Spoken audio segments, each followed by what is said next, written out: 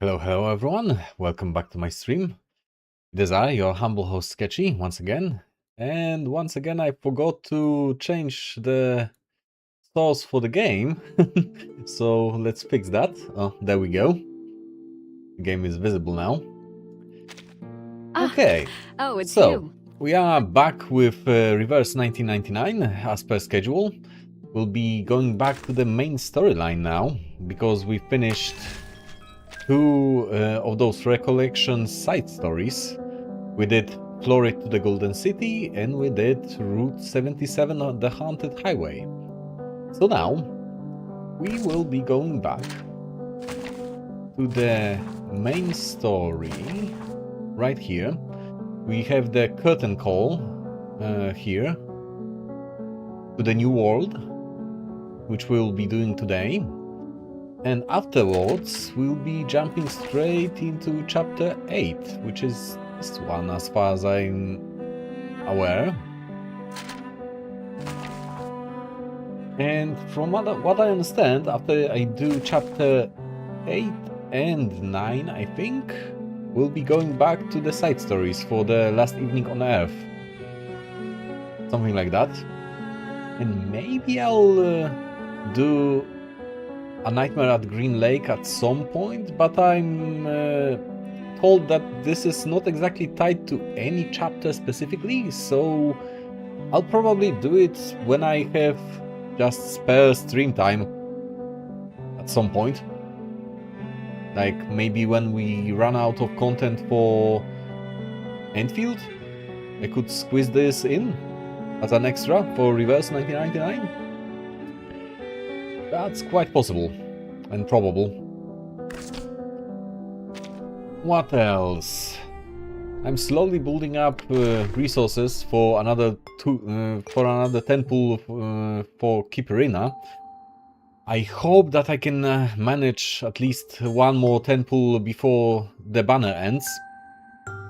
Maybe I'll get her. I wish I would, because that would solve many problems for me.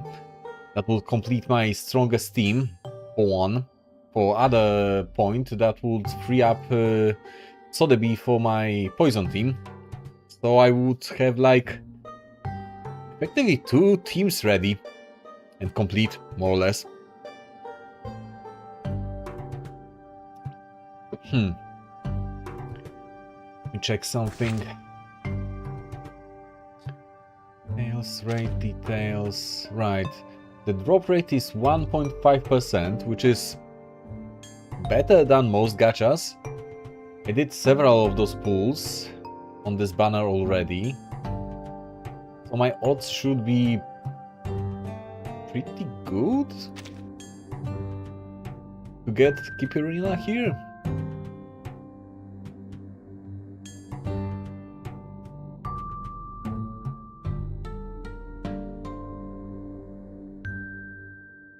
Right.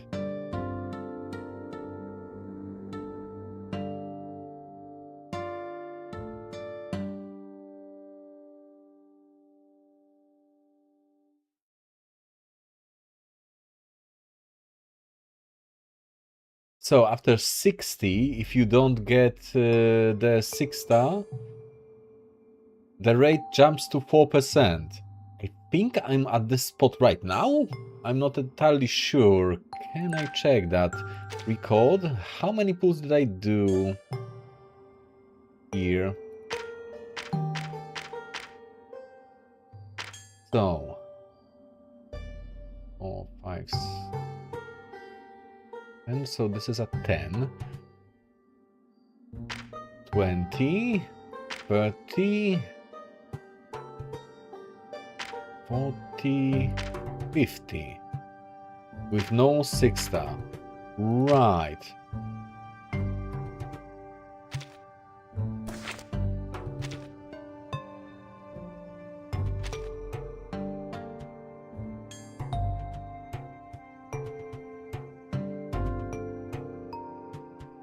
Oh, so this is the last pool that is with the 1.5 chance, and afterwards our next one would have an increased chance. And after that, every summon that doesn't grant 6 star will increase the rate by 2.5. Ah.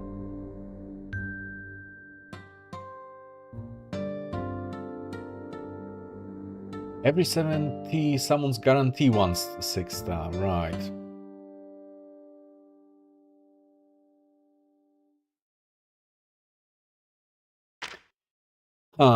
Ideally, I should scrunch up some resources somehow for 2 more pools on this banner to get Keep Arena.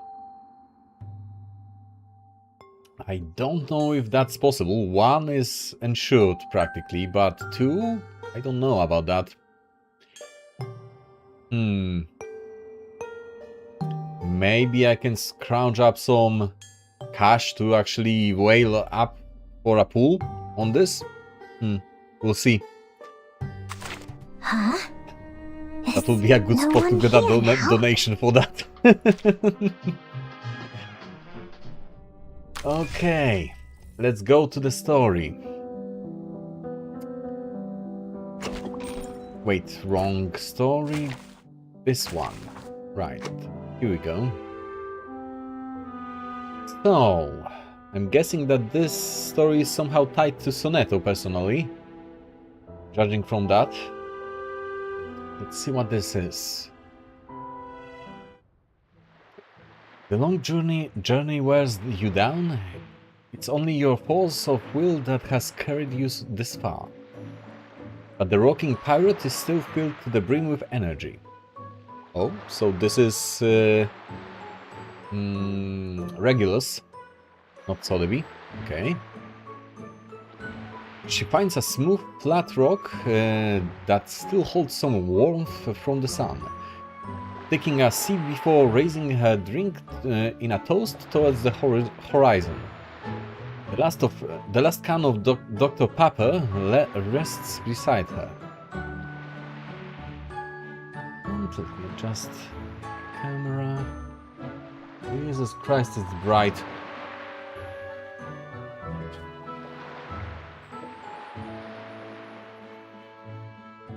Maybe this will be better. Okay.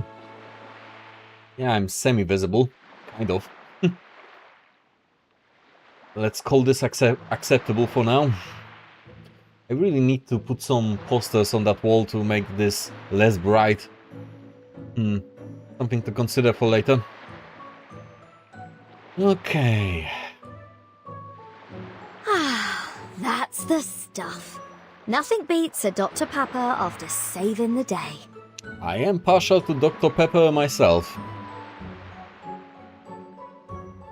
What? Are you worrying about other things? We just took down Arcana and snagged the storm immunity. Why not kick back for a minute, mate? So this is exactly after chapter 7. Gotcha. The best bit about this whole thing is I ended up with 2 ships in one day. The hell are you going to do with 2 ships, Regulus? Right, because one was funded by Sotheby and one was funded by the Foundation. Are you going to sink them simultaneously? This time? With your track record, I wouldn't be surprised. Let's treat ourselves to fizzy drinks and get all puffed up today! Sure, why not? I thought you'd prefer celebrating with coffee. The brown bean juice the math geeks hate so much? You think I'd make a fuss again? Well, coffee would be lovely, but right now Dr. Pepper is my jam. So, maybe next time. Fair enough. It's a fine respite. As she said, there is nothing stopping you from enjoying the refreshing flavor of the bubbling soft drinks. All things considered, I should have done this chapter before jumping into the side stories, I think. To make this chronologically ordered, more so than I did.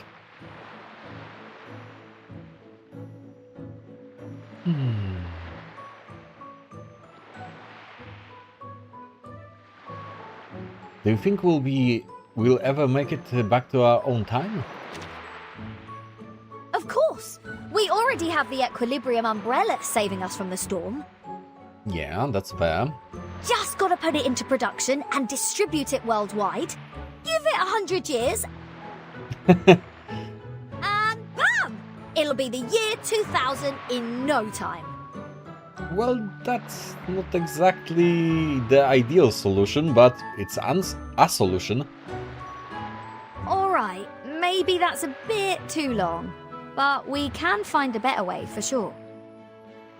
Ideally, we would hitchhike a storm to the 90s or something. And I think that's exactly what will happen, considering the Golden City event was happening in the 90s. And there's no solid proof that the storm only takes us back to the 20th century. Exactly. What if, as the dorky biter would say, there is such a thing as a white crow? The storm that goes forward. Right. Maybe the next storm will take us to the future. A future where we can sail into space. Oh, I'm gonna be a rockin' space pirate, that's for sure. I won't hold my breath for that one, but the 90s will do. And we'll pop over to Leo and see if any aliens are up for some rock and roll. Right. I have to go. Thanks for Dr. Papa. Glad you enjoyed that. If you ever want more Dr. Papa, I'm here for you. Dr. Papa dealer. Okay.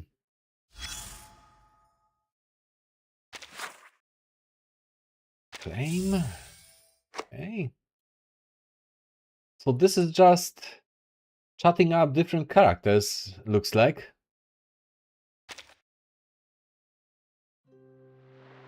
A genius has decided to leave behind her orderly and familiar realm to dive into the chaotic currents of a new world. She stands on the beach, lost in her thoughts, the waves gently lapping at her feet.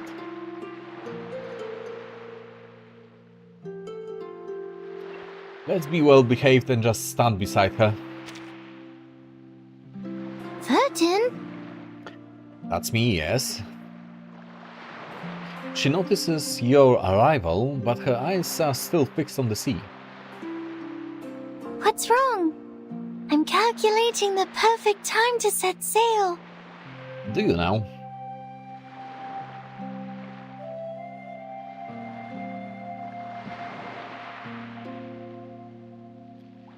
Wait, what? I know a person who only speaks in numbers? Do we know? Oh yeah, we do, John Tito. That's fair. What do you plan to do once you leave this island? I should get going. I'm tempted to select the first answer and see how she will react to that. But let's go with the sensible one. What do you plan to do once you leave this island? Because I'm interested in that more.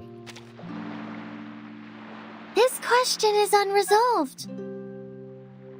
The outside world is too murky, too distant from the essence. My mind becomes clouded and dull, limiting the power of my arcane skills. But maybe I can take it on as a new project. Make this murky world clean again. Make this world great again, right. I think it will be a lot of fun. Sophia will love it too. If she comes back. I should get going. I think we'll meet again soon. Yeah, we'll love it too if she comes back. Right.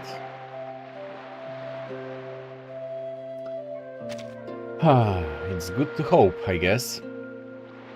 But I'm guessing that for the time being, Sophia is going to replace Arcana as the leader for Manus Vindictae.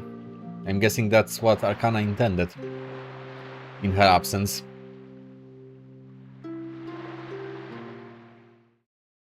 That's my prediction for now.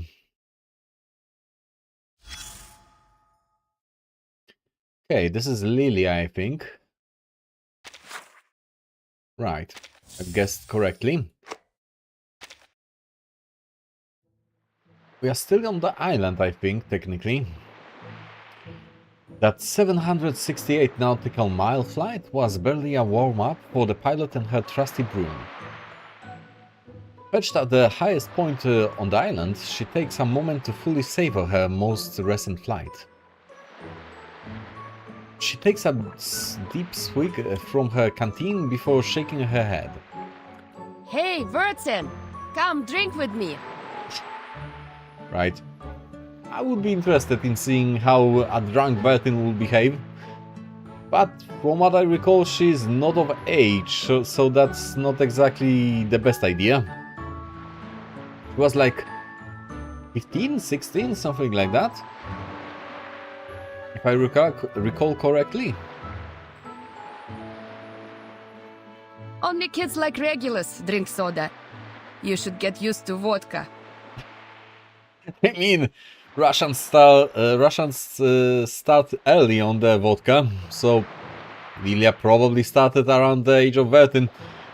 That's very likely. I'm underage too. Right. Sheesh. You were never the model student, but now you sound like one. If you're not into drinking holy water, at least chat with me. Holy water, is it now? Or the joy of drinking will be lost. Why did you decide to become a pilot? Have you heard anything from Zeno? I should get going. You know what? Let's ask about Lilia. I'm interested in her backstory. Why did you decide to become a pilot? Now that's a topic to get the sips flowing. Who isn't up for a little reminiscing while drinking? Right you are. I became a pilot because I love flying, obviously. Okay.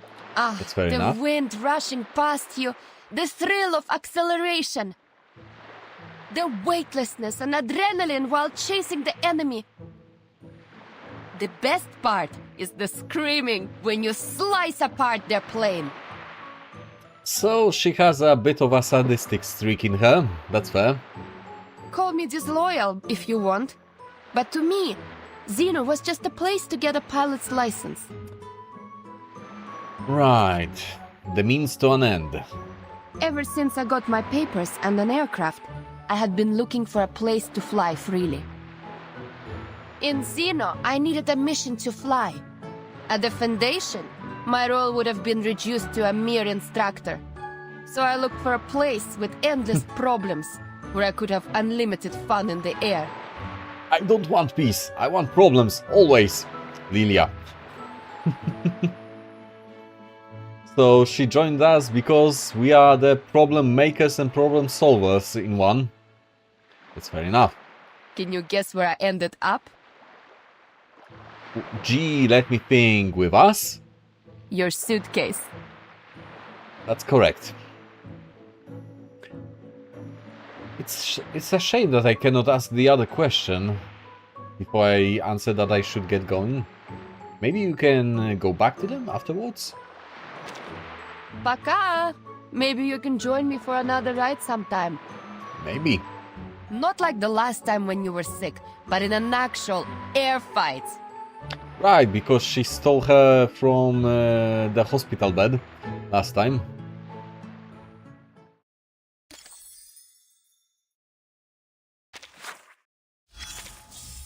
Okay. Can I go back to it?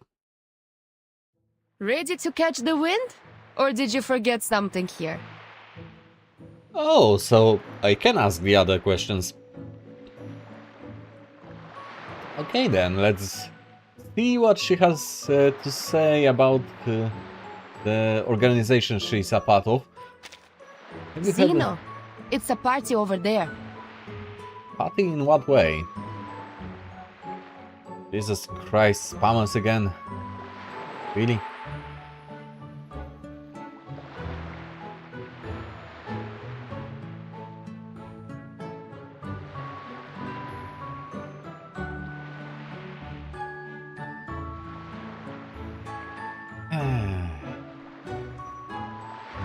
second.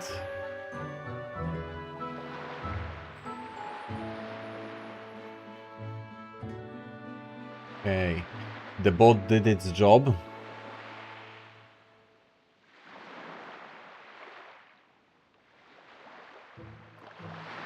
They've been wanting to erase Arcana from existence since 1999. And they finally did. The bomb flattened the entire military base, leaving nothing behind. The authorities have officially confirmed her death. Now everyone in Xeno is celebrating the victory. There was a commendation ceremony. Even the dogs were honored with medals. But accolades mean nothing to me, so here I am, talking to you.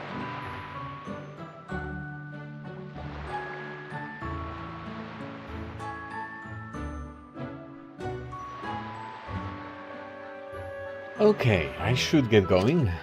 Пока! Maybe you can join me for another ride sometime. Not like the last time when you were sick, but in an actual air fight.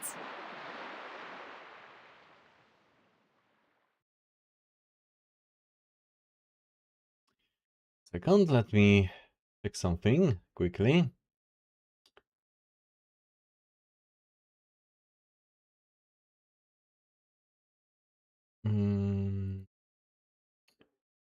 Where is it?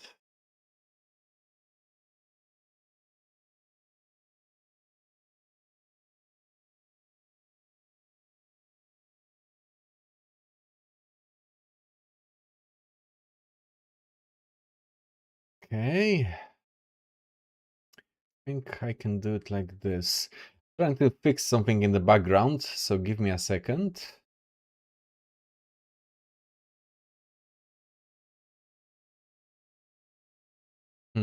Where is it? Where is it?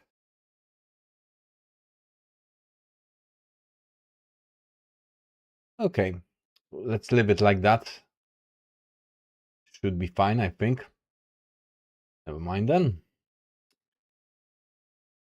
So, we can also check out the conversation with both regulars to see the other answer. What?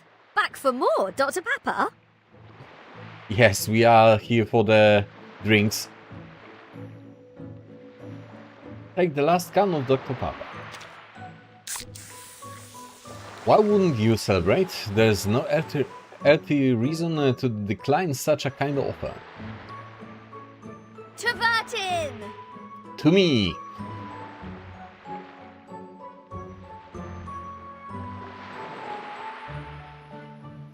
What does the great rocking pirate think of this voyage? Aside from my sinking ship? Not too shabby. Plenty of adventures, surprises, and treasures. The only problem? This bloody island. In what sense? So many rules! Can't even eat beans without getting a lecture. What's with the Abraxas biting people? What's with people biting people? Hold on a second. People biting people? Do you mean the ones affected by the storm syndrome or what? Don't they understand that rules are made to be broken? I don't think they do. No way people this obstinate could ever write good lyrics. Can you imagine? 6 spitting rhymes. I'm dead. Now that you mention it, I actually want to see that. Rapping 6 will be quite a sight to behold. Huh. Rhyming one. But let's be honest, that last meal was absolutely smashing. They went out with a bang, didn't they? Striding into the storm to prove their beliefs? How cool was that? Foolish if you ask me. Not cool, but sure. I was half tempted to join them, but I reined it in. Not today. This rockin' pirate will never suffer the same fate of those number crunchers. And that's the correct answer. Because my grand finale will be the one that rocks the world, mate. Okay. I have to go. Thanks for Dr. Papa once again. Glad you enjoyed that. If you ever want more Dr. Papa, I'm here for you. Okey-doke, so let's go back for a second to that conversation with 37. Right. You're early for our reunion. Is your watch telling the wrong time again? Let's tell her about John Tito and see what she will tell us in a reaction. Really? I've had that idea before and brought it up with the orator congregation. And what did they tell you? Because the language of the phenomenal world was not precise enough. It often led to misunderstandings. Right, so you had an idea to speak like a Cult Mechanicus from 40k? But when they tried it, most did not last a day. Not surprising, honestly. I'm surprised there's another great mind like mine in the phenomenal world. They must have a special number. I would actually want to see the interactions. Okay, I should get going. I think we'll meet again soon. That we will, probably. Okay, so now we can talk with Sotheby. The little lady is trudging along the beach, dragging a suitcase stuffed to the brim with behind her. She rarely travels with much luggage, usually preferring to tuck everything into her dress. You can't help but wonder what she could have brought along that would be worth all this trouble. I'm trying to remember now, was Sotheby with us on the island to begin with? I'm blanking on that completely. I thought that she wasn't, but maybe she was in the suitcase and that's it. That's possible. Is there a gentleman who can help me? Sorry, ma'am, I'm not there. Oh, it's Vertin! Hooray! Could you act the part of a gentleman and help me carry this suitcase? I mean, for the lack of a proper gentleman, I guess I could. What's in it? The moving pictures of Typhon I chose for my new island friends, including Typhon and the Auto Island, Typhon and the Pegasus, Typhon and the battle against Jupiter. All are perfect gifts for new friends. I'm guessing she is referring to movies. I know what you're worrying about, but don't worry. Miss Morsel approved my request, so I asked the Foundation to make copies for everyone. Hey? Even though she said something like, no copyright issues in this time and year. Right. You cannot break the copyrights when they don't exist yet. Is copying not right in this era? Typhon never cared about such details when sharing with friends. You notice strips of black plastic peeking out from her suitcase. They appear to be films. Could you carry the suitcase for me? Bless your heart. Sure, why not? Of course. Leave it to me. Oh, Vertin.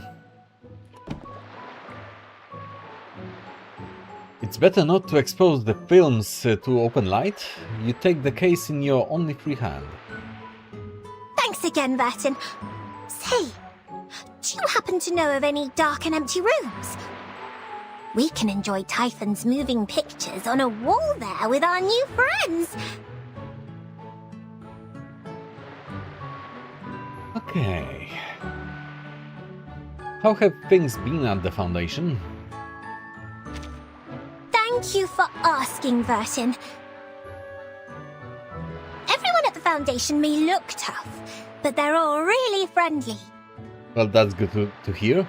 You see, they only asked for 500,000 Sharpodontes as the compensation for turning the Foundation building into a treehouse. Excuse me, can I have the same amount? I really need it. I'm poor. 5 500,000.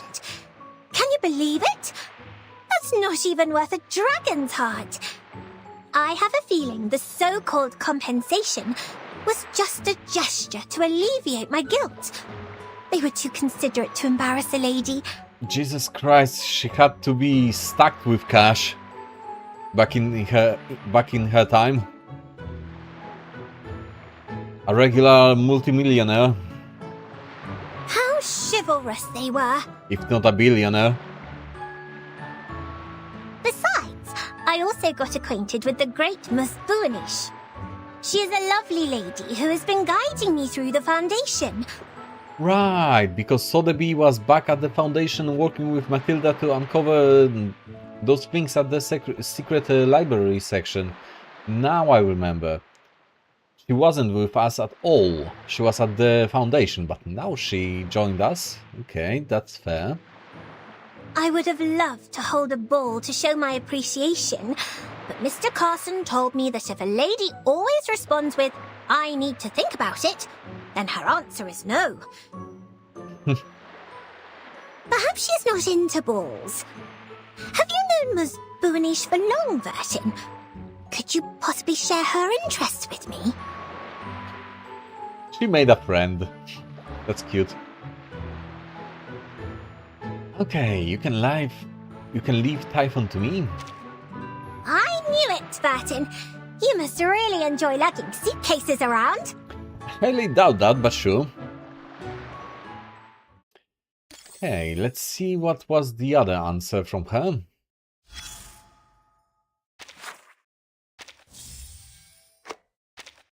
Hey. Greetings, Vertin. How may I be of assistance to you? So there's been another storm. Yes, another storm we braved together. Even though there was a tense atmosphere before the storm, everyone was on edge. Well, no wonder, considering the circumstances. Their discussions were too hard to understand. I couldn't keep up. But good thing I was the best potion alchemist around. I whipped up helpful potions without even knowing what they were saying. I'll tell you a secret formula, Vertin. Add 3 grams of gold powder to coffee, and it becomes a refreshing potion. Sure about that.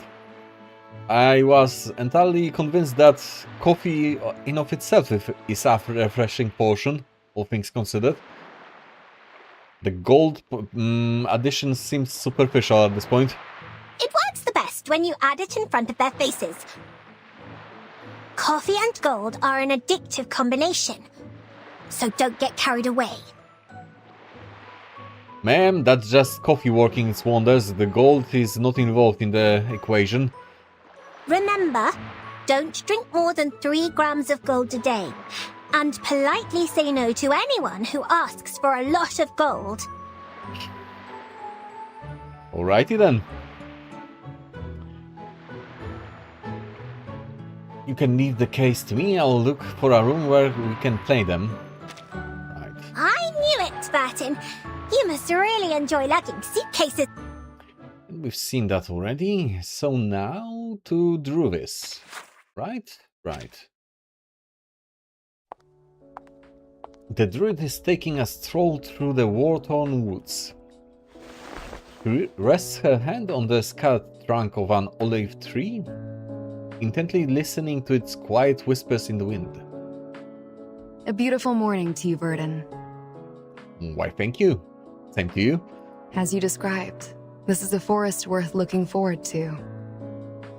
Branches of the trees are arranged in a perfect pattern, showing a sense of harmony and unity.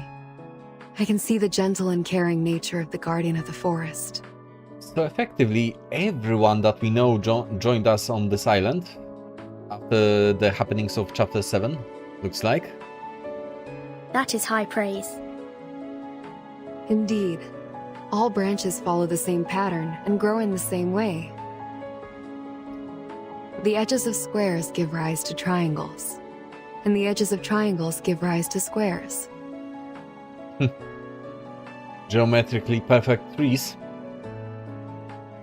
I may not be familiar with this trimming style, but I can hear the trees humming with joy. That pattern is called the Pythagoras tree. I have heard of this Pythagoras. He was a mathematician. That he was. Little did I know that his theorem could be expressed on trees. My respects to the sagacity of the ancients.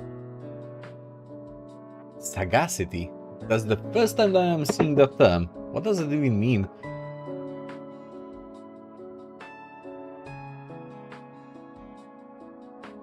Ah, another word for wisdom. Fair enough. Every day I'm learning. How have you been keeping? I'm grateful for your concern, Burden. I am well. The Foundation did not make it hard for me to repair the square. I would think so. It's in their best interest. Instead, they collected data on the potential damage that the proliferating plants could cause to the Foundation's infrastructure. Well, it's data. They also thoroughly examined the growth potions made by Miss Sotheby. So it seems our next protest will need a new strategy. It won't be as easy. Yeah, it was a one-time trick, it looks like. Should get going. I would love to talk to the trees again. They are delightful. Farewell for now. Honestly, they should have given us the option to just choose the other dialogue option and then maybe give the farewell immediately. Okay, so let's ask the other question. Oh, Lucy? She joined us on the island? That's unexpected. Wait a second, didn't she leave the Foundation to go on a forced holiday? So did she pick the island as her destination? Looks like it.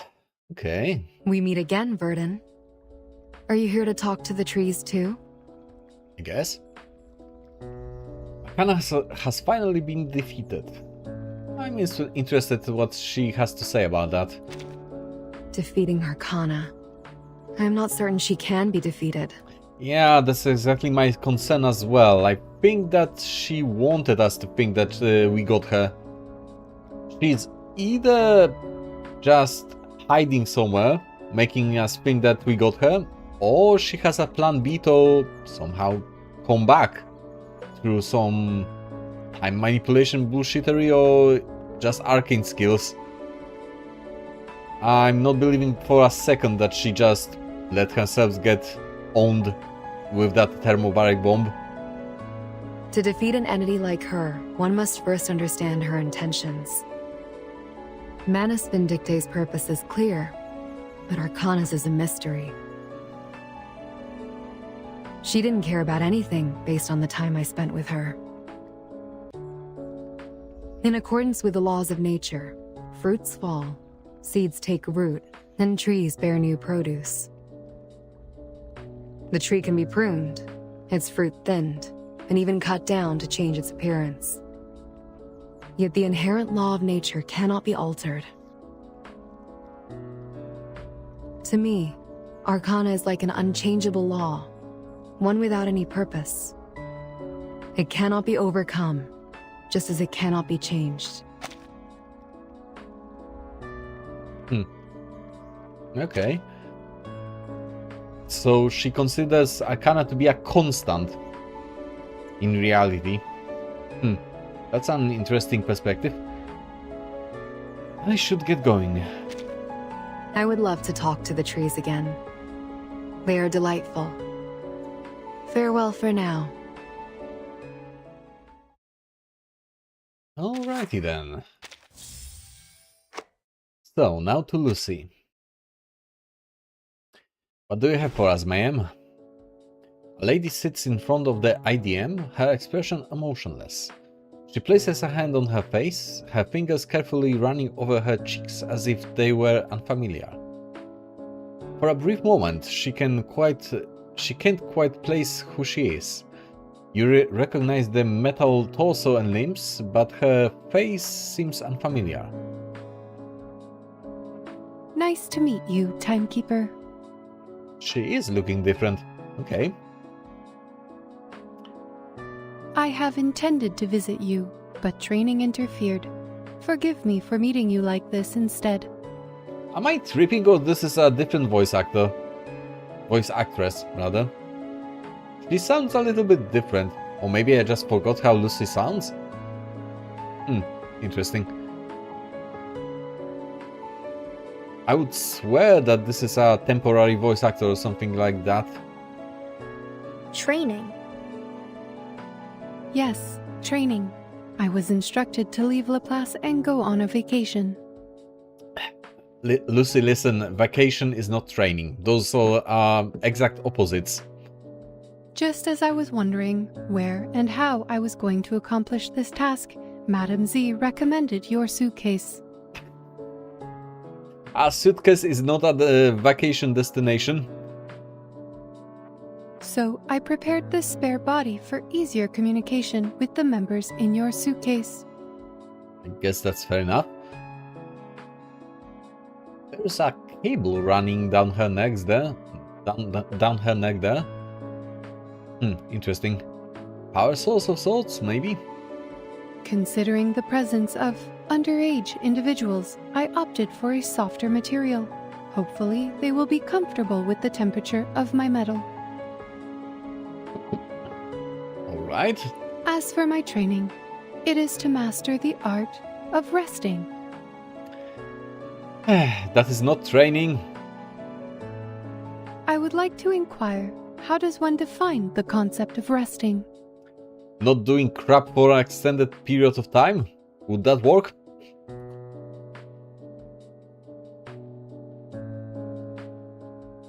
Resting is when you focus on keeping yourself in a good shape. I am glad that you and I have come to the same conclusion. Based on my observations, resting is what one does to recharge their physical and mental systems. Correct. Surprisingly. Through the combination of a balanced diet, suitable exercise, and sufficient sleep. I really need to take that advice to heart myself. Sometimes in the next century, maybe. But these measures do not work for the awakened. Well, don't they?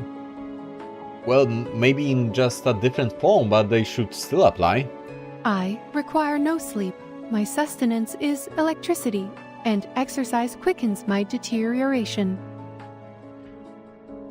I suppose the closest definition of resting is the continuous charging of electricity. But from your perspective, can this not be categorized as the sin of gluttony? Okay, I'll catch up with you later. We can discuss it then. See you soon, Timekeeper. Remember, we still need to complete the resting plan. Okay. Let's see what else does Lucy have to say.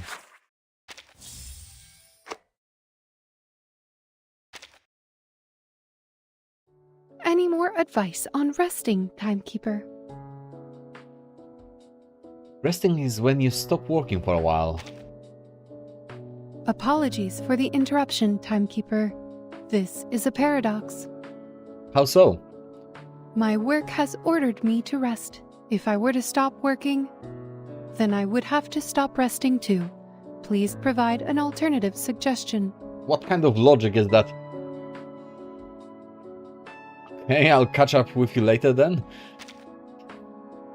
See you soon, Timekeeper. Remember, we still need to complete the resting plan. That's some ChatGPT logic. Okay. The IDM has completed its mission, but its screen is still lit. Someone is still on the line. It's a 7-letter word. The second letter is A and the third letter I. What are you working on, Enigma? Failing, failure, jailing, painful, No, not these. Open your mind. Are you doing crosswords or what? What about Rainbow? Good one. Then the 6 is O, the start of opportunity. Wait, who's talking? There is no one around me. You're hearing voices, mate. Is the IGM talking? Are you an awakened one? Dude, go to sleep, you are hallucinating. This is Vertin speaking. The timekeeper? I was so relaxed I forgot to check the microphone. Okay. Most of the staff is preparing funerals for the deceased. It is unfortunate. If you have anything to say, I'll pass it on. That crossword puzzle was pretty pessimistic. I was just going through words in alphabetical order. Were you now? It had nothing to do with pessimism or my personal feelings. If you really want to call me that, then I'll say it takes one to know one. Why so defensive? Pessimists have a knack for spotting their own kind. That's true, actually. I'll leave you to your puzzles then. So were you just here for small talk? I mean, yes? I was told it would help with my resocialization. Thanks. In the future we have to buy him a hat reading "Please be patient, I have autism." Okay. Lame. So, what else does he have to say? I am no arcanist. I can only draw conclusions from what I see. So if you have something to say it directly. Sure. How's Laplace been with Lucy gone? She dumped a mess on Ulrich and I. I bet. The research team will become its own department and focus on studying the equilibrium umbrella. That's fair enough. And Ulrich and I are going to head it. Once he's done with his Hungerstrike, we'll have to decide who's going to be in charge of all the boring stuff Madame Lucy couldn't be bothered to deal with. Probably Ulrich, all things considered. Stuff like politics, getting along with people, and working with other organizations. I must say that Laplace is being overly technocentric here. In what sense? They couldn't find anyone else to head the department, except for this unsociable researcher, and this awakened thing that can't even show emotions like a normal person. To be fair, Enigma, Ulrich is better at expressing emotions than you are. The social scene at Laplace is going to be a disaster. Well, that's usually the case when you gather a bunch of nerds in one place. I would know. I am one. I'll leave you to your puzzles then, right? So were you just here for small talk? Yep. I was told it would help with my resocialization. Thanks. You're welcome, my dude. Okay, who's the next one?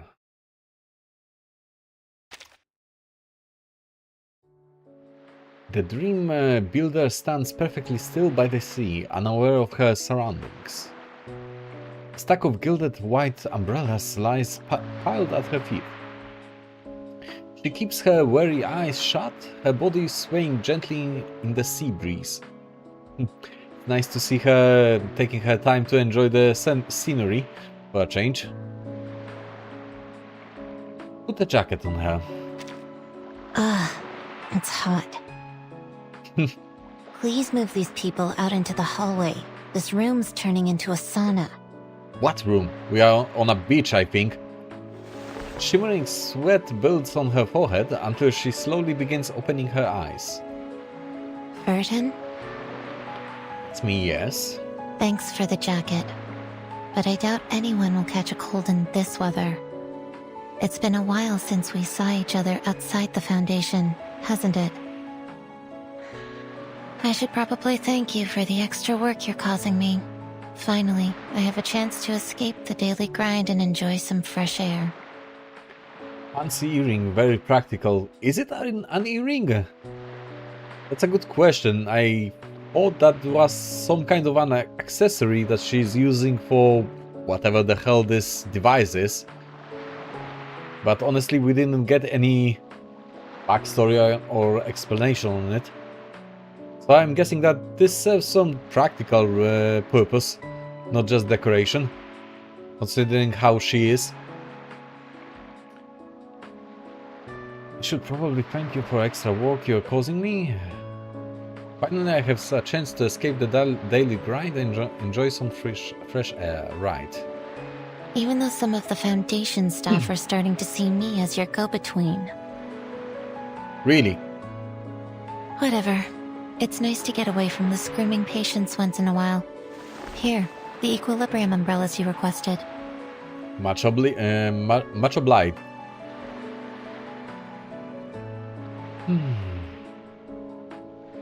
How have the Laplace researchers been doing since the curse?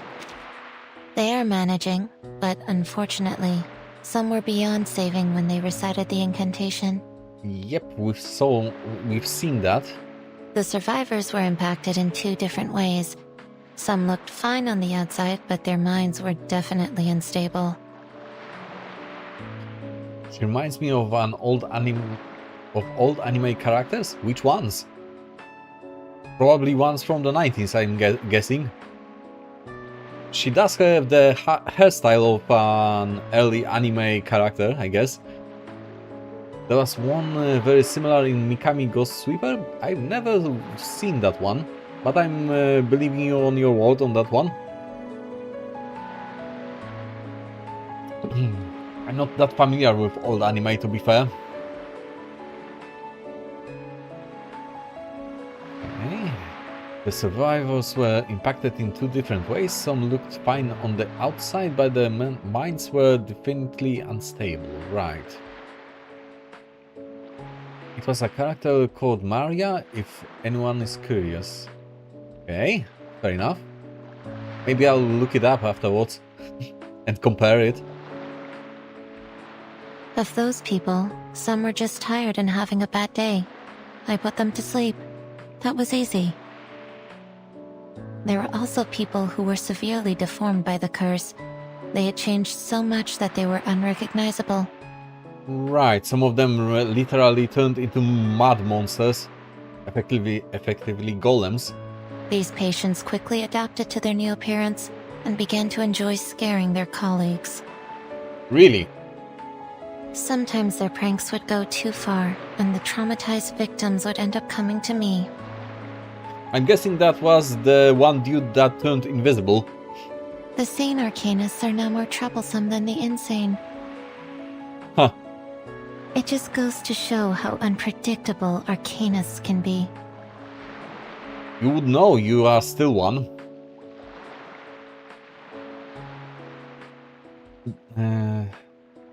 Did they come to her to end the suffering? I don't think so. Mesmer is effectively sort of a psychologist? Psychiatrist? More or less.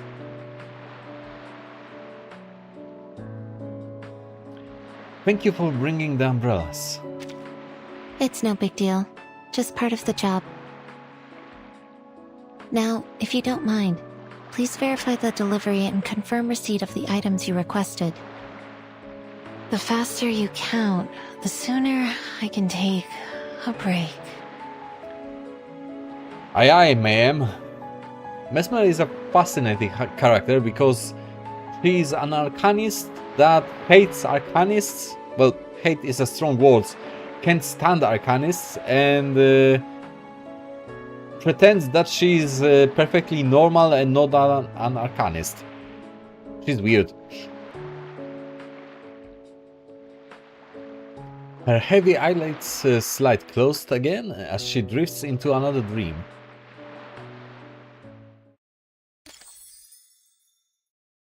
She's the most human and logical arcanist out of the bunch, technically. What else can we ask her, by the way? Let's see. Done with the counting? There's no need to hurry. Get the numbers right, Verton. Have you ever considered a different job? To do what? Be your errand girl? Why not? Sadly, the number of people losing their minds only increased over the years. I'll never be able to leave this job. Suffering from success, Mesmer Jr. You should continue your efforts, Verton. Find ways to minimize the impact of the storm on people, as you did with the Equilibrium Umbrella. This answer was too real. Yeah, it hits close to home for many people. That'll save me a lot of trouble. Especially in the current time, considering what happens on places like Twitter. Thank you for bringing the umbrellas. It's no big deal. Just part of the job. Now, if you don't mind, please verify the delivery and confirm receipt of the items you requested. Sure thing. The faster you count, the sooner I can take a break. Her heavy eyelids slide closed again as she drifts into another dream. Sleep tight. Hey, who's next? We have 6 more of them. Ah, Matilda. Matilda Buanish herself. Jesus Christ. The Voice's owner has found you before you could even look for her. Of course she did. Like a trained athlete, the divination genius charges towards you. What? Orbiculum? Secured under her arm? The hell is this word? Goggle, help me.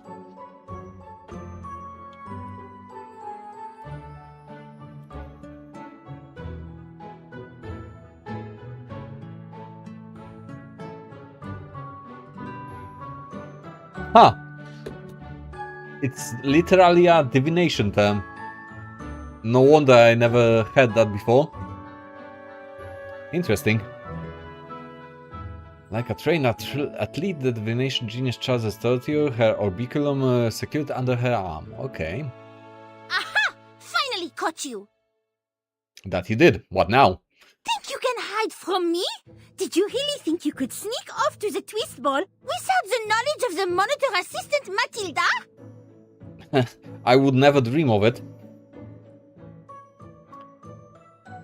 She's the Louise Belcher app game equivalent. Who the hell is that? I never heard that name before. Louise Belcher. Oh, a character from Bob's Burgers. I've never watched that, so I'll believe you on your word there.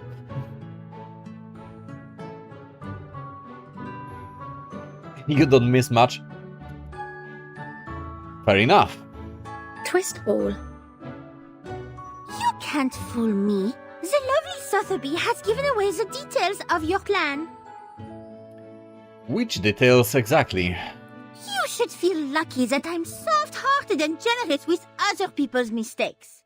Now, if you invite me to this ball, I will forget about what happened. Okay, so she wants to attend a ball. There is no twist ball, Matilda. Do you really expect me to believe that? She sees the genuine look on your face, and her confidence starts to waver. Do you mean that? Was Miss Sotheby pulling a prank on me? I think you have very different definitions of the word, and you don't understand what she means.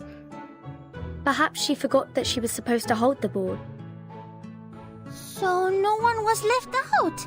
Elle ne va pas se lancer dans une danse du twist fou. You'd better be telling the truth. I hope you will come up with a more tasteful event next time. And be sure to invite me. As the monitor assistant, I am obligated to be there and supervise. Sure you are, Matilda, sure you are. You're welcome to join us. Join you? You mean living here with you? Also with her? Ah, that's cute. She likes her. She found a friend. You can't trick me into breaking the rules. I will become a Foundation investigator all on my own. And I will outdo you and Sonetto in this position. Sure you will. By then, you will be hoping to join me, not the reverse. Title drop. Would you mind excusing me? I'll catch up with you soon. Which is not another ball without me, I should hope. So you want to attend? You're cleverer than this 13. You know you can't fool me. I will be watching. Right. Okay, what's the other question that we can ask her?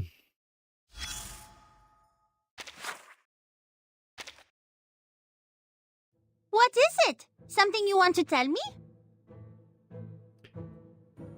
There could be a party if you'd like. I never said I wanted a party. You goddamn tsundere. Unlike you, I've been keeping myself occupied as the monitor assistant. Right. And I already have plans for my next holiday, and I will be visiting my mother in the one after that. Right, we've seen that happen. That effectively happened immediately after chapter 7, so this is happening before that scene. Gotcha. If you want me at your party, make sure it is scheduled after my family time. I wouldn't dream it otherwise. Would you mind excusing me? I'll catch up with you soon. Which is not another ball without me, I should hope. You're cleverer than this 13. Right, we've seen that answer before. Okay. So that's another part done. Before we continue, I'll take a short bathroom break. I'll be right back.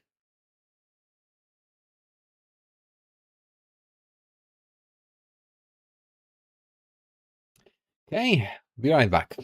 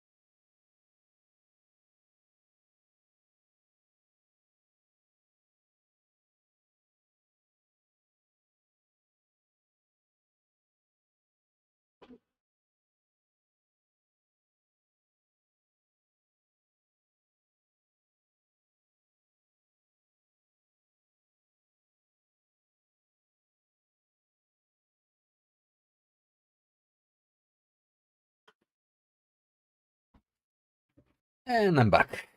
Okay. So, let's continue.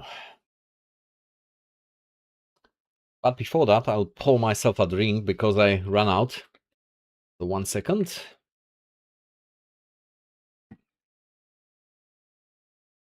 There we go.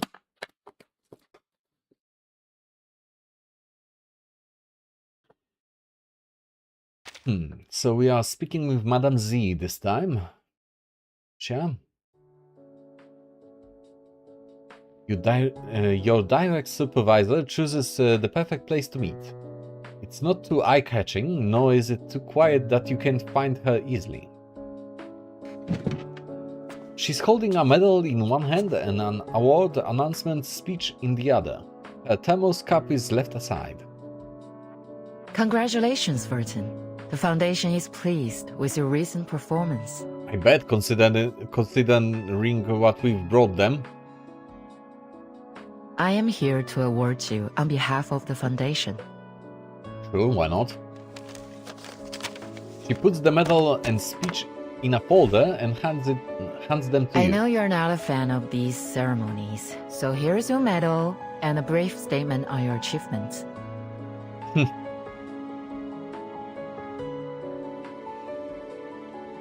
Are people still celebrating at the Foundation? You could say that. But some wasted no time in securing their next step. Which is what exactly?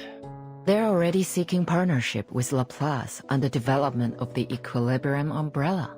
Oh, I bet. The umbrella will allow the Foundation to move freely during the storm. The committee should announce a new bill on field investigation soon. The balance within the Foundation will shift once more. The politicians will be busy. Well, that's not exactly our problem. Speaking of balance, we should be equipping frontline investigators with Equilibrium umbrellas as a top priority. Makes sense. Is there a new mission? No need to rush, Wurton. Take your time and rest. Enjoy the company of your friends before you set out again. Don't worry about the reports. I'll handle them. You've been busy ever since becoming the timekeeper, and you deserve a break. That we do. And what is the other thing that we can ask her? Oh, we are speaking to Apple next. So, what do you have for us? Is there anything else, Burton? Yes, I can't express how much I appreciate your help, Madame Z. That was nothing compared to what you and your friends have done. Even though we now have the Equilibrium umbrella to shield us from the storm, we still have ways to go before we can truly understand it. We will get there, Burton. Slowly but surely. Fair enough. And if No we've seen need to that rush, response, Take your time, enjoy the company of your friends before you set out. Don't worry about the reports. right. Okay, so now back to Apple. A red fruit is enjoying himself peacefully in the wine cellar. Its rosy hue looks incredibly vibrant today, perhaps due to the wine. Are you going to tell me that Apple is imbibing the wine somehow? Like what, is he bathing in it, or what? Good morning. Or evening, my lady. Well, fair enough. Call me surprised, but I was right. He is dunking himself in the wine, apparently. Just as expected. The wine on this island is exquisite. To be completely honest, a drunk Apple was not on my bingo card today. This Apple, pledges to personally take on the task of documenting these wines and preserving their names for posterity. Is one of the poster characters in the game, isn't it? Well, sort of. He could be considered part of the main cast, quote unquote. He's one of the so-called awakened arcanists. You probably aren't aware of that, but in this world, certain objects that are crucial to the historical events can become object arcanists. For example, from what I understand, this apple is the exact apple that hit Isaac Newton on the head, and it gained awareness from that, because it was crucial to the historical events. And that can just happen in this world. They will be called Cuvée Aperon, in honor of this respectable school of thought.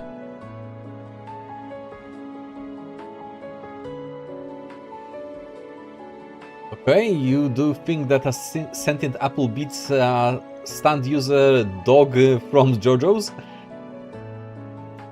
I think it's a situation of apples and oranges. Can't compare them exactly, one to one. Both are weird in a different way. But the school of Apiron has been divided. It pains this apple to the core that such a talented group of scholars parted ways over philosophical differences, Miss Verton. And in the meantime, my cat is screaming at me. What do you want, kitty? You are fed, you are warm, you are happy. What do you want? Meh.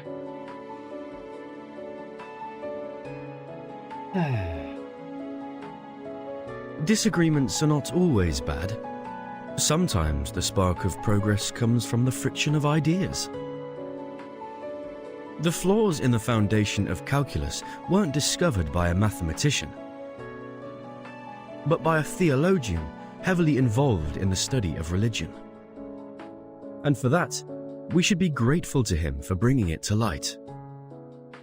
His insights revealed weaknesses in the concept of infinitesimals, prompting a need for improvement.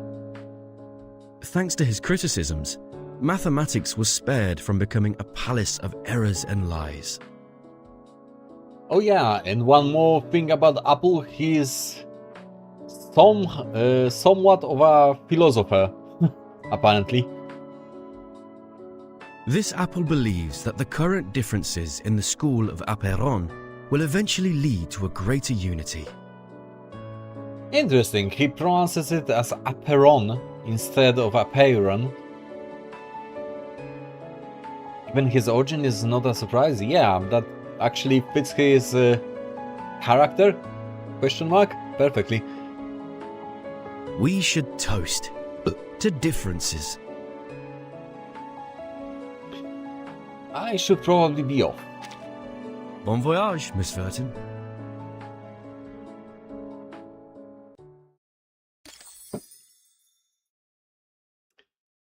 And what was the other dialogue choice for him?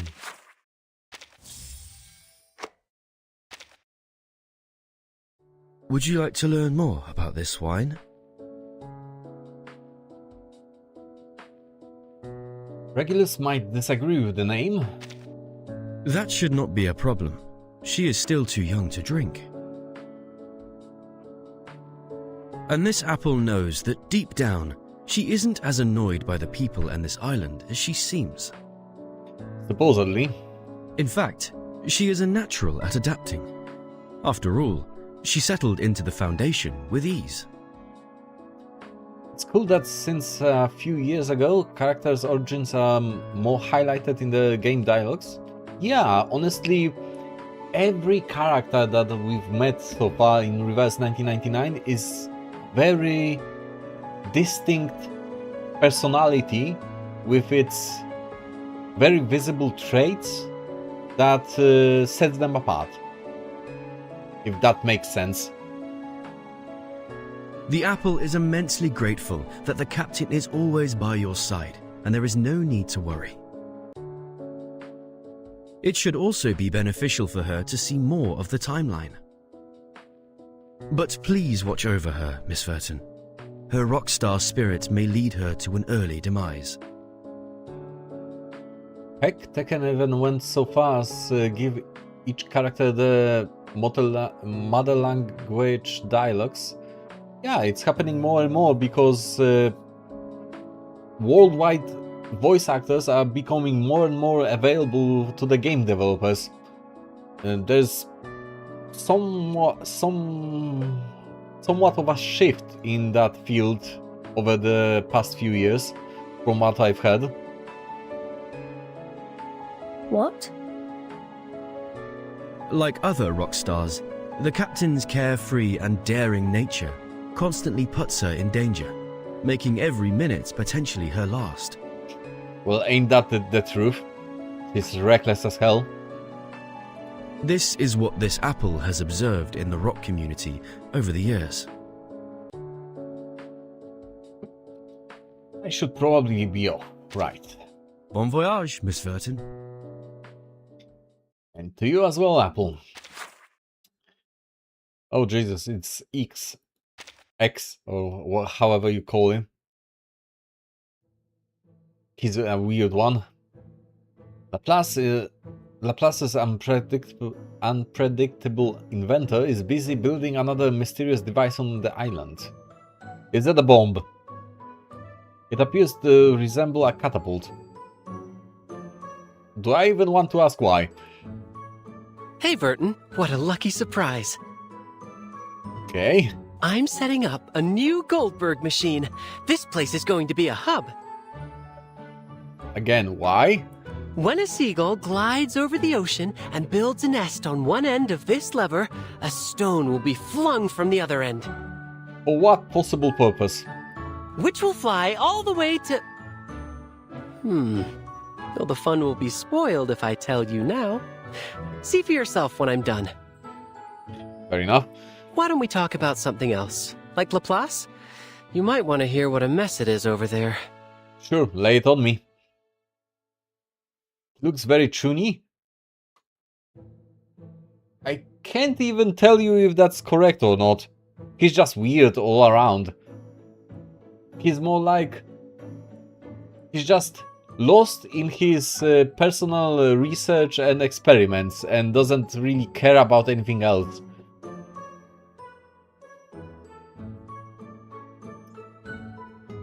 Has Laplace decided who will be Lucy's successor? They have no idea who can take her place. She was much loved, as one could tell from that epic farewell. You know what? If anything, Sotheby is more of a chuny in this group. She basically acts like she's the main character of every scene she appears in. Because that was the case for the most of her life, basically. Nobody has the courage to sit on her recharger throne, as you never know when you'll get burned.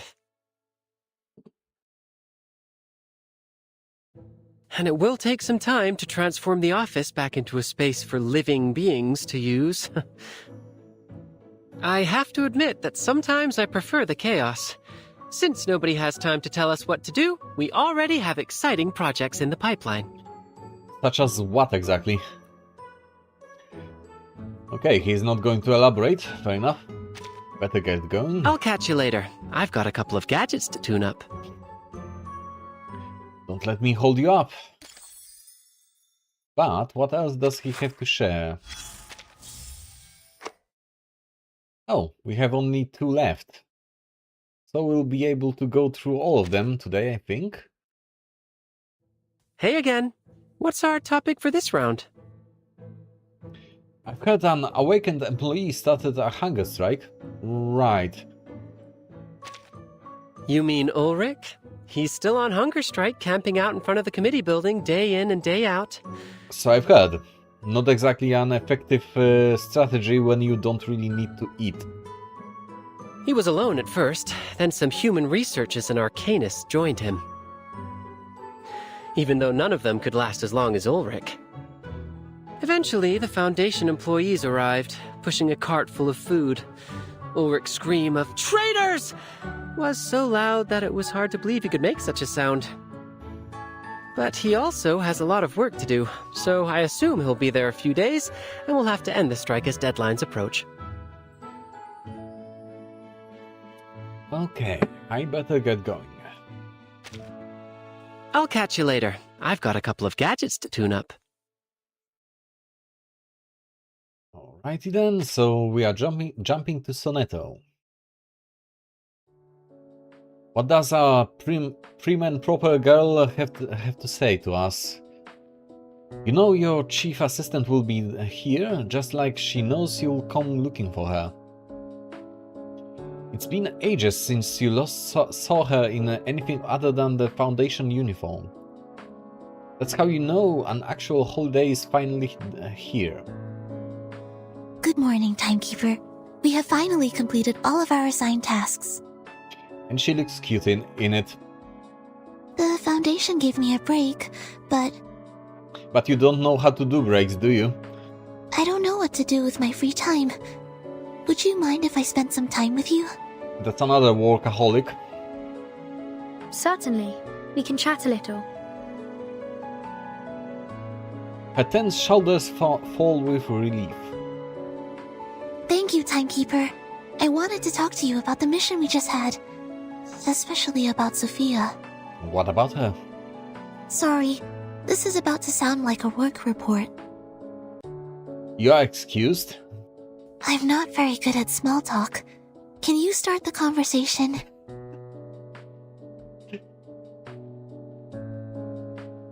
That's both amazing and sad at the same time. What's your plan moving forward? I will do everything in my power to prevent tragedies like Sophia's and Schneider's from happening again. No matter how impossible it may seem right now, I will find a way. Sorry, those were big words, I know. What I really want to do is to keep being your assistant, Timekeeper. That can be arranged.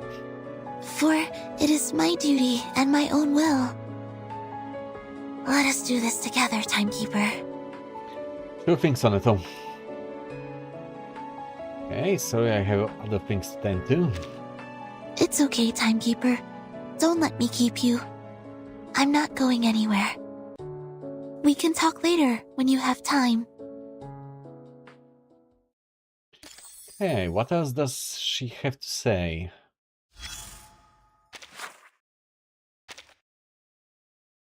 I'm here, Timekeeper. Are you free now? I'm always free. Sometimes only I'm busy. We'll meet Sophia again? Yes. As enemies. Supposedly. I could not understand her motives. She was one of the most devout believers I knew. So why did she turn her back on Aperon? Exactly because of that reason. Because she was the most devout believer that crashed and burned once her beliefs were challenged. She knew Manus Vindicte never cared for the lives of others. She witnessed the suicide attacks carried out by Manus followers on the island. She experienced it all firsthand. Yes, but she effectively felt that she had nowhere else to go and nothing else to do. Nothing to believe in. That's how cults get you. They find you when you are the most vulnerable and fill your head with bullshit. I know that their intention was to provoke war, and the invading soldiers must have had their assistance. The islanders were thrust into war, their beliefs shattered, and their vulnerability then exploited by the Manas, who welcomed them with open arms. I feel frustrated, like I've lost another debate. I knew the right answers, but could not articulate it. I had to watch them die without being able to convince them otherwise. Yeah, it is frustrating. I wish I didn't lose this debate, Timekeeper. That's what regrets are like. Sorry, I have other things to do. Other things to tend to, right? It's okay, Timekeeper. Don't let me keep you. I'm not going anywhere. We can talk later when you have time. Righty then. So, last one. This is with Mrs. Radio. She didn't really do much during this whole event. The green radio is basking under the sun, bathing in its warmth. Since she doesn't have a human face to make expressions, it's hard to read her mood. However, since the fifth dimension's Aquarius is playing from her speakers, it might suggest she's in good spirits.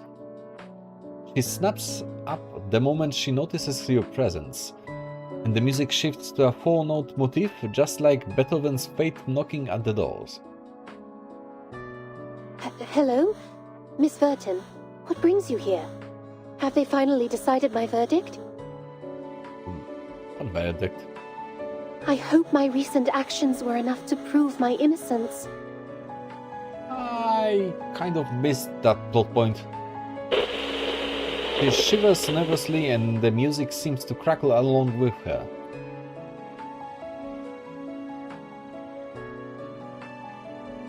Of course, in fact, we wouldn't have achieved any of this without you. Really? That is wonderful news. I am relieved to hear that I have been helpful. These past few days have left me on edge, wondering if they would pry open my battery cover or submerge me in formalin, That sounds extreme. or even take me apart in search of enemy signals. Thank you for your confidence in me, Miss Burton. You're welcome? Question mark? So, am I allowed to move freely within the Foundation now? How exactly are you moving though? You are a radio. You can be carried at best. I could use a little cleaning, polishing, and perhaps a coat of wax, if I can find someone to do it. I shall leave you to your leisure. Right. In that case, why don't we enjoy a little pampering time together? We could slather ourselves in machine oil, bask in the sun, and let the rays zap our impurities away. I'll pass on that one.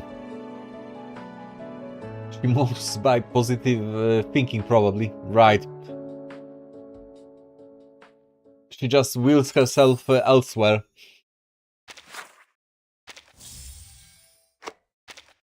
Okay, what else does she have to say? Did you find something, Miss Burton? Could you find a person for me? Certainly. Which DJ do you have in mind? Or are we looking for updates on a particular politician? Not exactly what we had in mind, I don't think. From AM to FM, I'll scan through all the frequencies just for you. She's kind of like a chat GPT just for radio waves. The name is Erd. Right, the person that they went looking for. Ah, the biographer. She is the reason we embarked on this great journey. What intrigues you about her? Right, because technically they arrived on the Mud Island in the first place to look for that person, from what I recall. I can't be sure. It's just a gut feeling. Oh, I didn't mean to pry. I will gladly help and pay close attention to the name. If it comes up in the news, I'll let you know right away. I wouldn't count on that one. I shall leave you to your leisure, right. In that case, why don't we enjoy a little pampering time? We could slather ourselves in machine oil. Alright, so this is the chapter 7.5 done, the intermission of sorts. And we got a new outfit for Sonetta out of it. That's cool. The lake. Sure, It's let's apply it to overflowing. Sonetta. It's I cold, rarely use her at this just point, like a but flowing hey, wine. it's fine. So, we could start chapter 7 now. I think we will. We still have like more or less half an hour left. So why not? Let's see what this is all about. Priest's Tropique is the name, apparently. Okay. Part 1, Unshakable Justice. Where is this happening?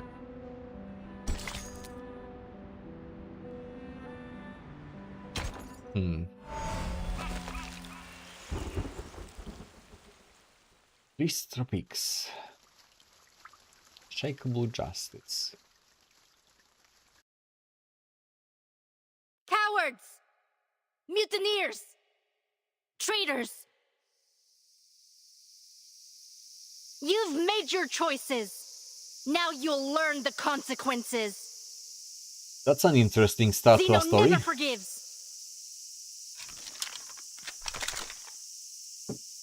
Attention! Ready! Aim!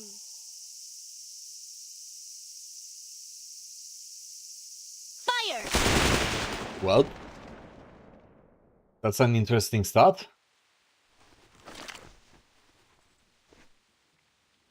Another redhead spotted.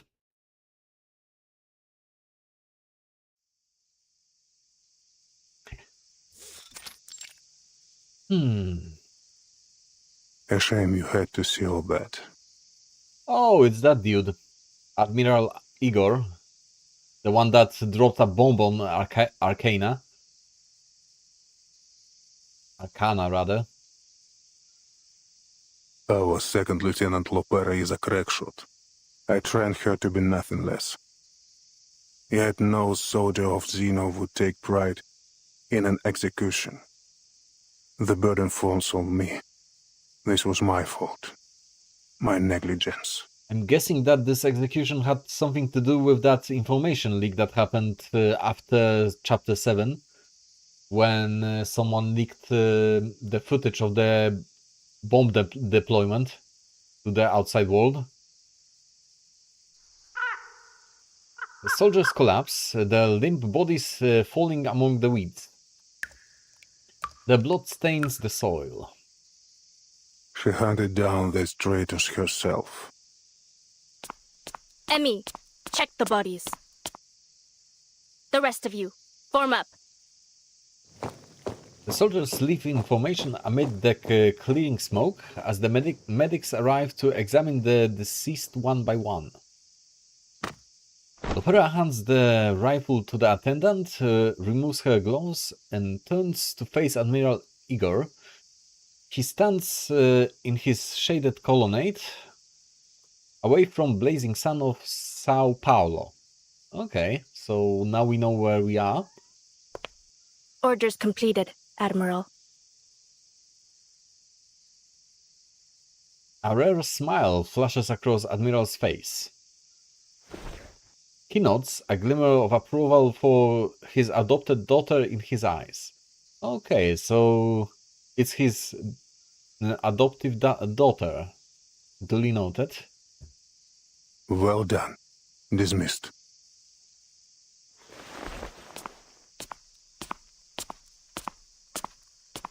So we are in Brazil. Brazil, rather. Okay. Lopera salutes before following the soldiers away from the execution grounds. There have been too many accidents. An unacceptable rate. The Admiral's face shows discomfort. The recent soldier desertions, like the leaked footage, have exposed the embarrassing state of Xeno army. What reason could you have to kill your own men? Well, they were presumably traitors from what I understood. Not our men. Not any longer. They mutinied and killed their superior officer. Well, that explains a lot. So they got what they deserved then. Lieutenant Muldir is investigating still. We will find out who else was involved. The Apostles' Brotherhood is back. We suspect they may have even infiltrated our base. We've also received intel indicating Manus Vindicta's presence in São Paulo. They are seemingly everywhere at once. Manus Vindictae? I'm not entirely surprised. Intelligence suggests they are closely associated with the Apostles' Brotherhood. Well, Apostles' Brotherhood is effectively a front for them. Recruitment apparatus of sorts. What I hadn't expected is that they would drop their Order of Enlightenment guys so soon. Well, it's effectively the same thing, just renamed. But Arcane is dead. There is no room for doubt. No one, nothing could survive a vacuum bomb. Are you sure about that? Akane's bullshittery can do a lot. It was the Admiral's personal order to annihilate that once formidable woman. Destruction rained from the sky, and once the dust settled, it was clear that she had been utterly obliterated. Or wasn't there at all in the first place, and just made you think that you got her. That's the more likely outcome. The sun glistens in the pooling blood of the executed traitors. Sweat gathers on her forehead. You will become used to the tropical sun in São Paulo.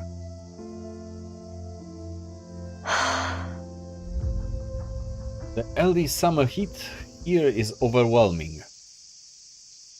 I've been through a lot worse. Were you? In Russia? Snowy mountains, deserts, and soaring eagles. Well, all things considered, she was all over the world, supposedly. I do find myself thinking back to those times. It should never have been a battleground. Our business here is concluded. Timekeeper, Lieutenant Lilia, let us continue inside. Do you really need me in there, Capitan? Otherwise, I'd like to hang out here for a bit. She gulps down some sweet liquor, but it provides little succor. It lacks the frosty flavor of the north. This drink is lethargic, but it's all the base has to offer. In Sao Paulo, soda is cheap, but rum is cheaper, and in near endless supply. I was never big on rum, myself. I'll check on Sotheby. See you both later. Пока. Funny how she pronounced Sotheby. Her accent is so thick that you could cut it with a knife. Dismissed, soldier. But I caution you. Much has been abundant here. Remember our rules and keep to within the guarded areas. Okay.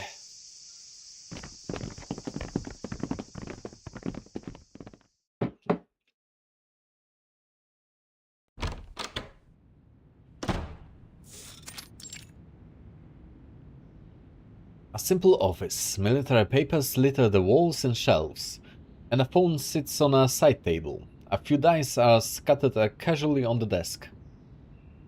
There may be a person of interest to us nearby. A writer for the Two magazine, said to be a blind woman named Irt. Her works seem to be published after every era the storm has affected.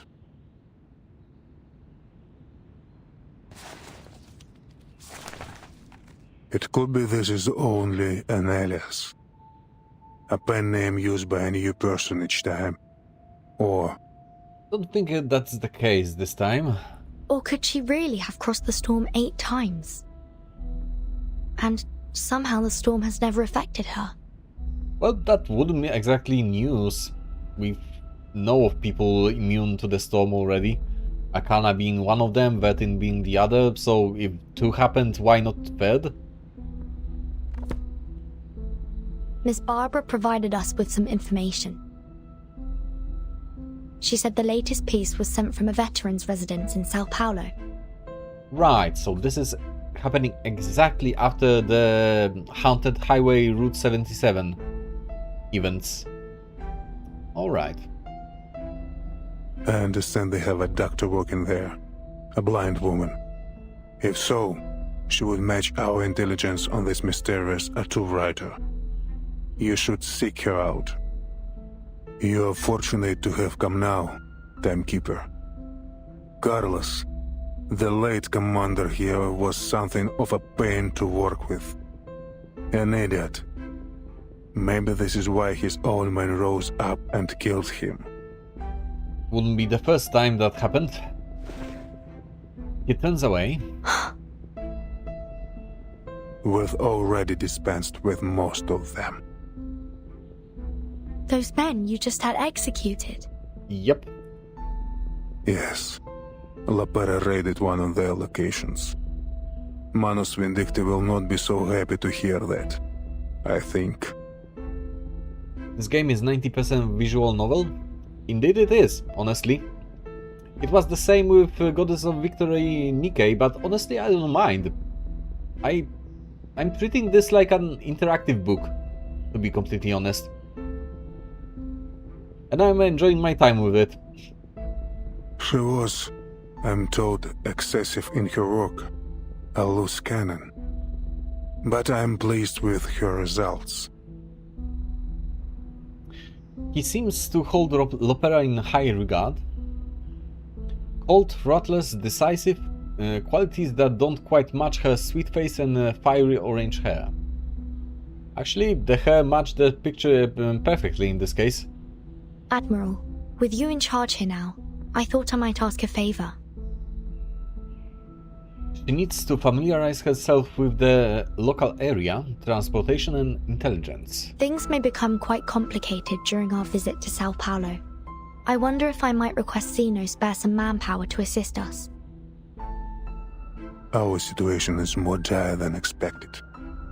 I will see what can be done, Timekeeper, but no promises.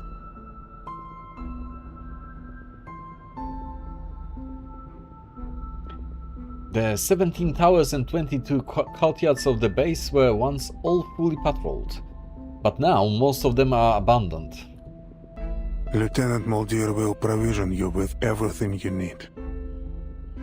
And Lopera, she knows São Paulo well. You may take her with you as a guide. Right. The Admiral has offered all the assistance he can spare. He sighs at the state of the base. Now, Timekeeper, there is also something you might do for me. Which is what exactly? He seems resigned. Zeno is just like this dilapidated base, a weakened shadow of its former self. As long as it's within my power, Admiral. I see that you have one of ours with you, Lieutenant Lilia. I ask that she serve us for the duration of your mission here. She's a fine instructor, and Xena is in need of help training our latest recruits. We kind of need Lilia, but I guess she can station here? I'll speak with her and see what she thinks. Thank you. I should return to my work. Your comrades should be waiting for you in the meeting room with Lieutenant Muldir.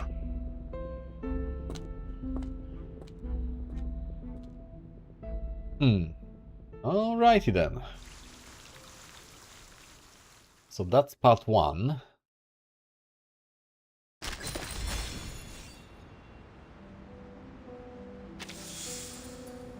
We've collected Alopera's fragment. Go see it in the paths of the past. What the hell is this? Drag the fragments to the top of the panel to connect them and gain access to monologues. Once you've connected all the fragments, more stories will be unlocked.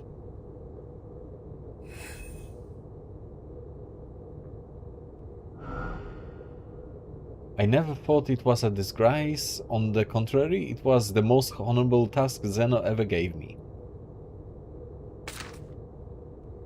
Every found bullet casing symbolizes a soldier's permanent rejection of their duty, honor and loyalty they should have upheld.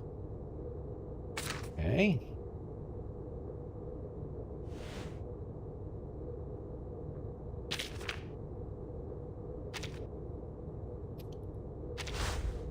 Can I do anything else here, or... I guess that I'll have to collect more of these to continue as the story progresses. Fair enough. A new photo of an old friend. Okay.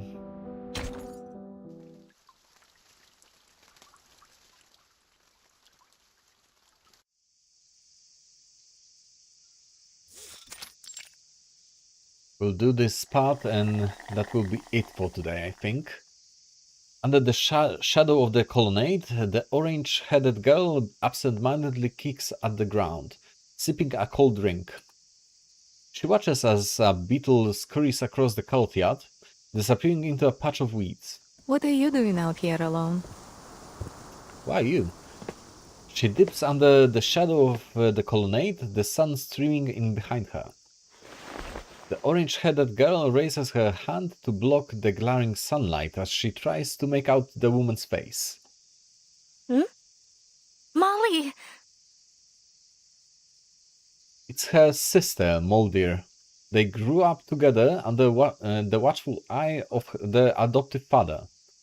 Okay, so Igor has two adoptive daughters, apparently. She tosses her drink aside, her face lighting up like a puppy wagging its tail as she runs towards her sister.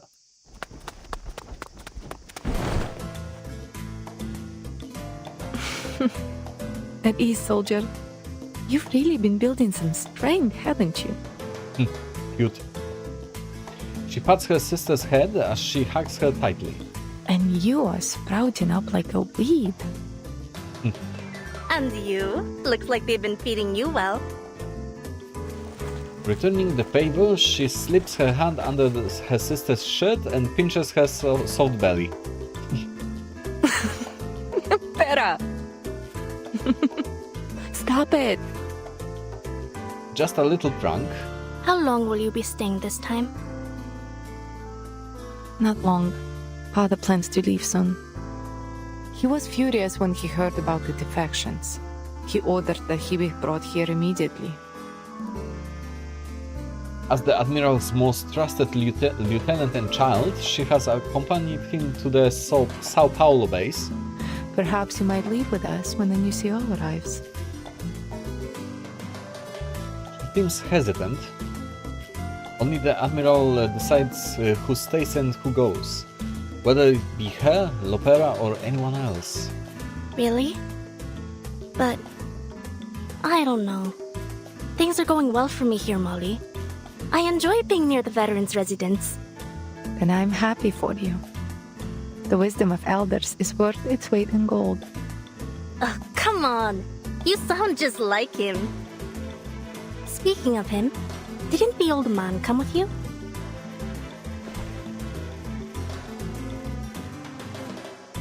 He looks around, but Admiral Igor is nowhere to be seen. He's still with the timekeeper, in his office. Ah, so you snuck out just to see me? Did you really? You did! No. I came to, weed. The grounds have gotten so messy since the shutdown. Sure you did. Weeding, a ridiculous excuse. Who would bother to trapeze through all these desolate courtyards just to pull a few plants? You're lying. That she is. Those ears of yours are scarlet red. This has always been one of her difficulties. Her face may be steely, but her glowing red ears always give away the truth. Alright, no more joking. We should get to the meeting room. Our Foundation guests are waiting. I would like to get back before they realize I've slipped away. All right, but while we go, let me tell you about the prisoner we captured during our raid. And a strange little sheep in a bottle. Oh? Amid the grass, a hummingbird watches the two as they walk away, talking and laughing together. It turns its gaze towards the tower in the south of the base. Are the birds spying on us? Is it the government?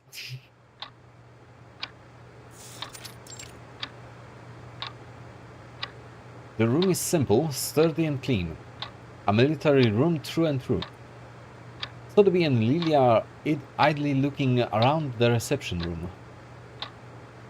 Photographs of veterans are proudly hung on the wall.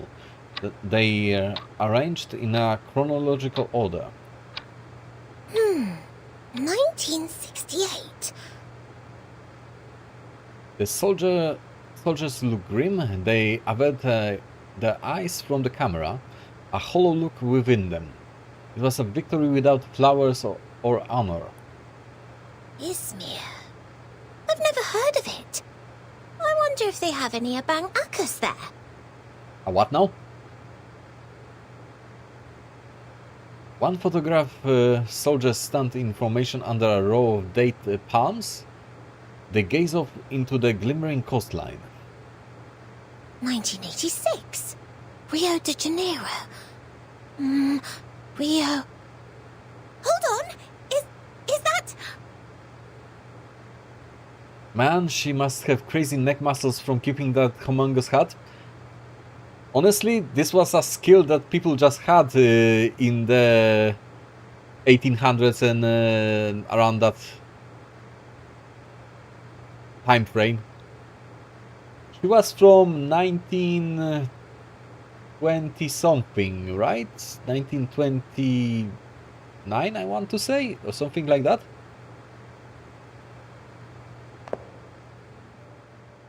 Rio de Janeiro. Among the soldiers, she spots a face that is all too familiar. Mr. Carson? What? She jumps up, trying to get a hold of the wooden frame. Mr. Carson disappeared in the storm of 1929. Right, because he was human. Oh, you have friends in Rio? Okay, that's surprising. Ila takes the photo of the wall. I can't believe it! That simply must be Mr. Carson! She would never mistake him. He looks livelier than before.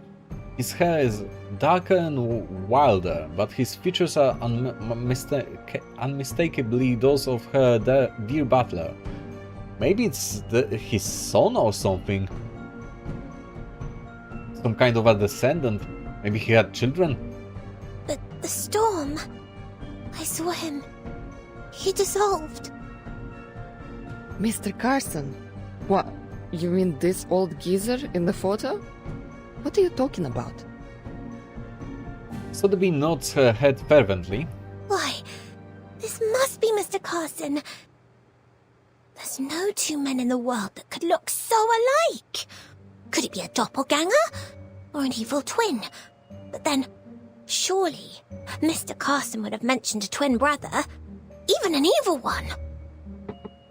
The nose? And his eyes. Though he's not wearing his glasses. But I know those wrinkles. Sotheby continues to talk to herself. The man in the photo looks just like Mr. Carson, save for the smile on his face. The stern old butler would never smile like that. Yeah, I'm guessing that's his descendant of some sort. I have to look closer. I must be mistaken. But he's so very like the Carson I remember. Like a potion in a bottle, 1,001 questions bubble up in her mind. She almost presses her nose against the dusty glass of the picture frame as she tries to make out every detail. Maybe then, Mr. Carson could still be... The dust has gotten into her nose. Phew!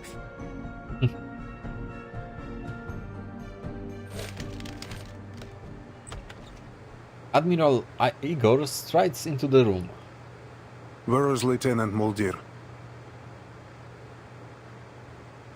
He looks around. Muldir was supposed to be welcoming the new guests. Sir, timekeeper. Lilia immediately straightens up, saluting the Admiral. Miss Burton, come and look! Sotheby waves at her, the photograph clutched in her hand. Mr. Carson could still be alive! Huh? Yeah, that's news to Vertin. As far as she knew, humans couldn't survive the storm, even in the suitcase. Still alive, the Mr. Carson who vanished before their eyes in the storm of 1929. Right, I remember the date correctly. I guess Sotheby saw someone familiar in one of these veterans' photos. You know this Carson guy? Yeah, Lilia wasn't there for that one. Look! Look!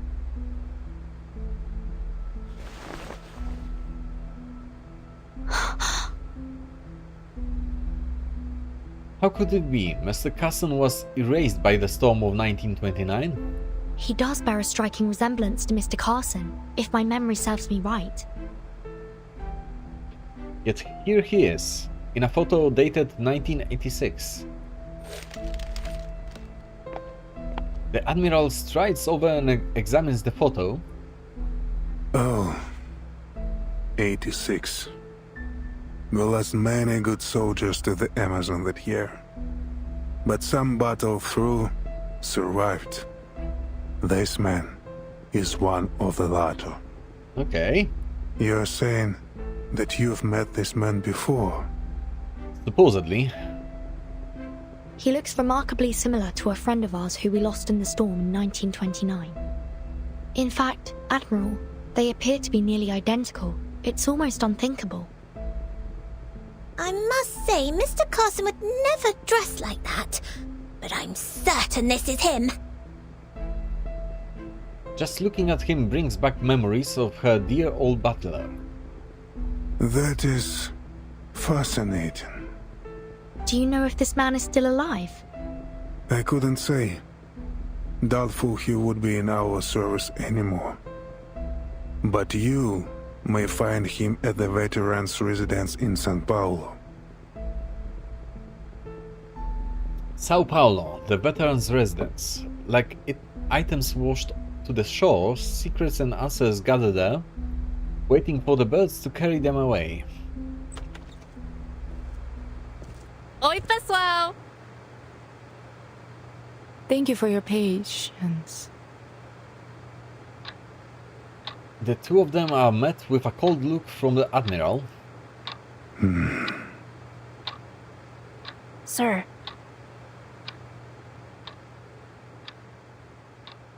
Okay. To be continued. Alright.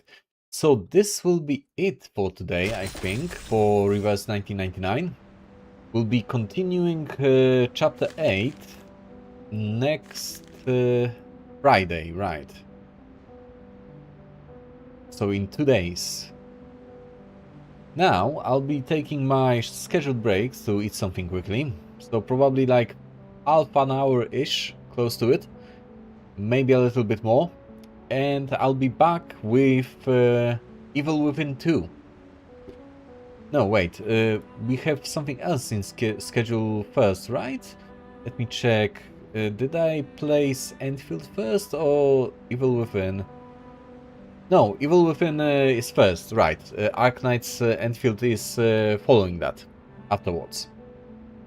Alright, so a break first and then Evil Within 2. Thank you for watching, if you did. If you missed anything from the stream, I recommend going to my YouTube channel, which is linked in the description, both in Twitch. And you can also type exclamation YouTube in the chat to get the direct link. And the upcoming schedule is posted on my Discord server, which is also linked in the description, both on YouTube and on Twitch. And you can type exclamation Discord to get the link. Thank you for watching and see you around in half an hour.